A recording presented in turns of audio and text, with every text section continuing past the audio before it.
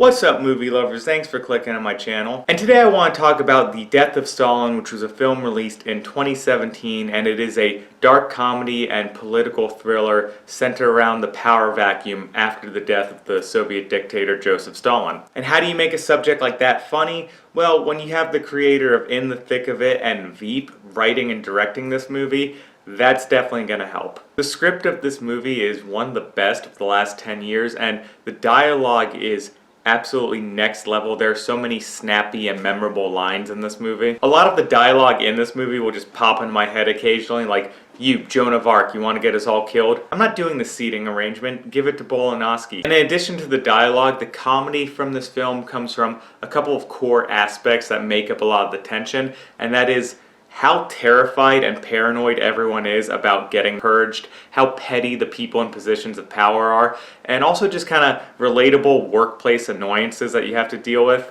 Like, we've all been in positions when we're at our job where we just have to work to get something done and nobody wants to do it, but everyone has to act like they want to, and you'll have little squabbles here and there about really stupid crap that nobody cares about, but apparently it's worth arguing over. Another element of this movie where the writing is really able to find a lot of comedy in is the amount of cognitive dissonance that can exist in one character, particularly with the character of Molotov in this movie. Someone who is so deep in a cult of personality that, like I said, how much cognitive dissonance can exist in one human being?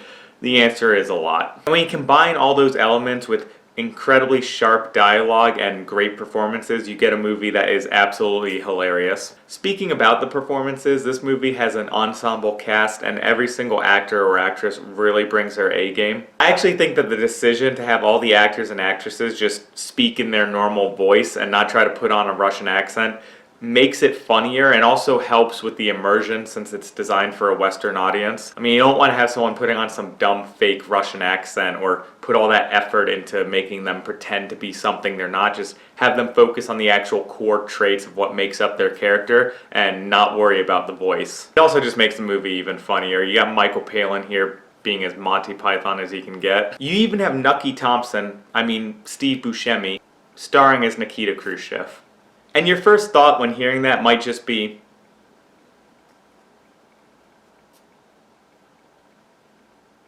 what? But Steve Buscemi is just so great, and he really makes it believable that he is both a clownish oaf and also someone who is not as dumb as he appears to be, and someone who is absolutely cutthroat and ruthless when the situation calls for it. Jason Isaacs, Lucius Malfoy himself as Zhukov, is another standout performance, as is Rupert Friend. Zhukov and Vasily are probably the two characters that will be the most memorable when you first watch this movie, and they're the ones that are the most over the top and have a lot of the great lines. But a character and a performance that I think really holds this movie together is Russell Simon Beale as Lavrenti Beria. Beria is the head of the secret police, and he's Nikita Khrushchev's main rival in the power struggle that forms after the death of Stalin. And what I love about Simon Russell Beale's performance is that he really captures the sliminess, the sadism, and just the overall malice of a piece like Lavrenti Beria, but he also captures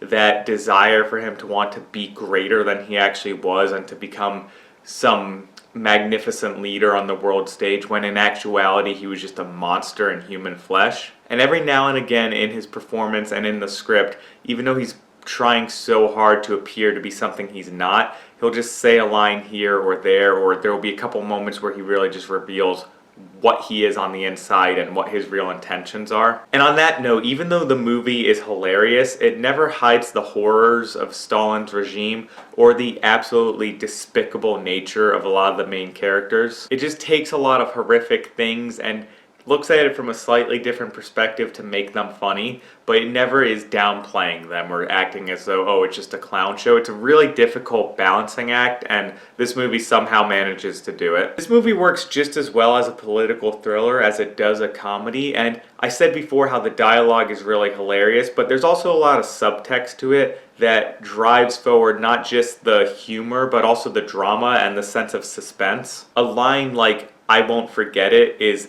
an absolutely terrifying threat, where a line like "all of you have made a deadly mistake" is one of the funniest lines in the movie. I actually have a degree in history, and it wouldn't surprise me at all if, while writing the script, this book was used as a reference.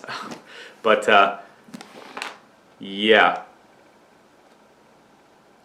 Beria was a piece. If you've never heard his name, you're lucky, because he was a piece of human filth. Great performance though, Simon Russell Beale. You really knocked it out of the park. So if you've never seen The Death of Stalin, I highly recommend it. Its sense of humor won't be for everyone, and some of the subject matters that it touches on might make you feel a little uncomfortable, but it is still not only one of my favorite comedies of all time, but one of my favorite political thrillers and one of my favorite historical dramas of all time as well. The Death of Stalin, S-tier movie for me. So those are my thoughts on The Death of Stalin. As you can tell, I really liked it, and if you like this video, please feel free to subscribe to the channel, hit the like button, leave a comment, all that YouTube stuff. I know it's a cliche to ask, but it really does help the channel grow, so thank you in advance for that. If you like any of these bands back here, you'll probably like some of my videos as well.